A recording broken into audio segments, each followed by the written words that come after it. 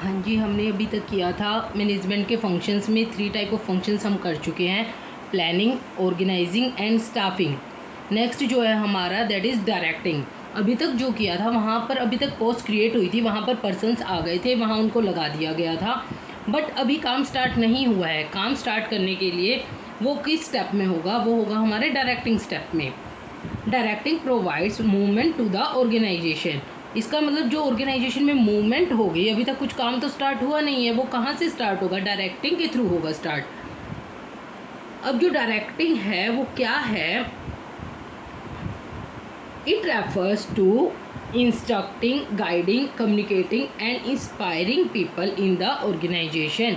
Means instruct करना, guide करना, communicate करना एंड इंस्पायर करना, किसको, पीपल को, जो पोस्ट पर आए हैं उनको काम करने के लिए, उनको बताना कि आपको ये काम करना है, उनको गाइड करना, उनको इंस्पायर करना, that all thing is directing. और यही सब मिलकर इसके एलिमेंट्स को बनाते हैं। अब जो कुछ इम्पोर्टेंट पॉइंट्स होते हैं इसके एमसीक्यूज़ के व्यू से और वैसे नॉलेज के लिए, तो वो देखिए क्या होता है। 2 वर्ड होते हैं, मैनेजिंग एंड डायरेक्टिंग। अब मैनेजिंग और डायरेक्टिंग में क्या डिफरेंस है। जो मैनेजिंग होता है वो मैनेजमेंट से ही बना है, मीन्स वो एक वाइडर टर्म है, और जो डायरेक्टिंग है वो एक नैरो टर्म है। जो डायरेक्टिंग है वो तो इसका एक पार्ट है मैनेजिंग का, तो इसीलिए जो मैनेजिंग है वो एक वाइड कंसेप्ट है और जो डायरेक्टिंग है वो एक नैरो कंसेप्ट है, और इसका मैनेजिंग का ही एक पार्ट है। अब जो डायरेक्टिंग है इसको क्या बोला जाता है, इसको मैनेजमेंट इन एक्शन भी बोला जाता है। क्यों, एक्शन हमारा यहीं से स्टार्ट होता है।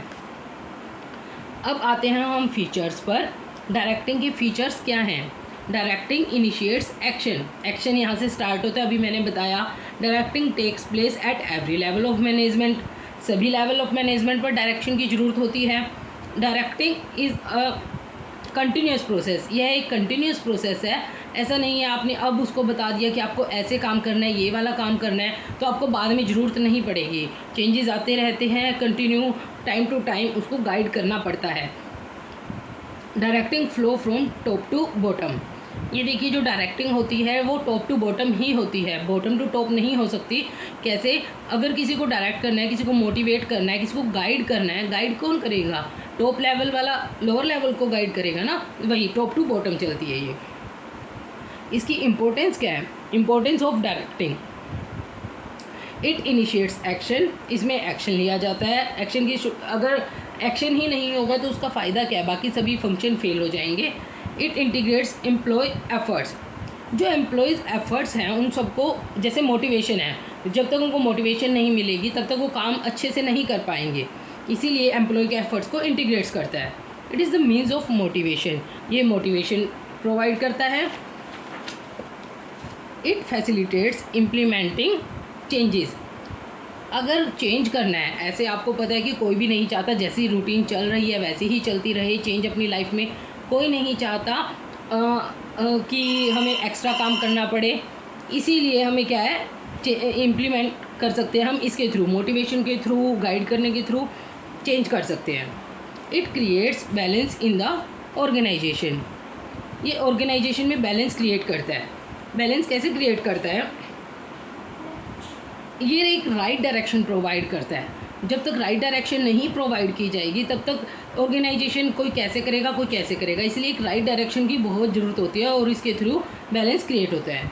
अभी मैंने आपको बताया था एलिमेंट्स इंस्ट्रक्टिंग, गाइडिंग, मोटिवेट करना, वो सब जो है एलिमेंट्स बनाते हैं। अब 4 टाइप ऑफ एलिमेंट्स हैं, बहुत इंपॉर्टेंट है, supervision, communication, leadership and motivation. Supervision क्या होता है, किसी को सुपरवाइज करना, यानी जो सबॉर्डिनेट है उसके काम को देखना। सुपरविज़न, सुपर प्लस विज़न, किसी के काम को देखना और उसको गाइड करना प्रॉपरली, दैट इज़ सुपरविज़न। ये जो होता है ये फेस टू फेस कॉन्टैक्ट होता है।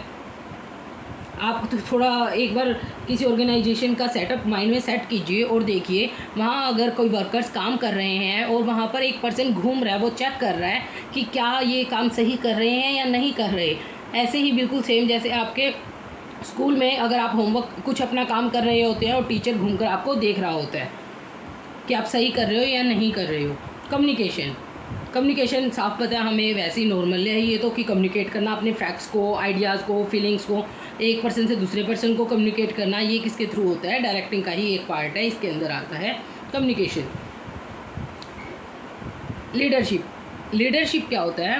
It refers to influencing others in a manner to do what the leaders wants them to do.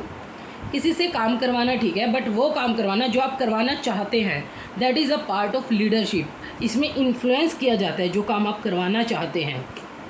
Motivation, किसी को मोटिवेट करना काम करने के लिए। आप अगर 5 काम कर रहे हैं तो अगर आपको मोटिवेशन मिलेगी तो आप उसी काम को डबल भी कर सकते हैं। It refers to that person which excites people to work for the attainment of the desired objective. ये होता है मोटिवेशन, जब आप डिज़ायर्ड ऑब्जेक्टिव को अचीव करने के लिए खुद एक्साइट होते हैं। ऐसा नहीं कोई आपको बार बार प्रेशर डाल रहा है, नहीं, खुद ही खुद मोटिवेट होना किसी अदर वे से, दैट इज़ मोटिवेशन। ये था हमारा डायरेक्टिंग। नेक्स्ट में हम करेंगे सुपरविज़न।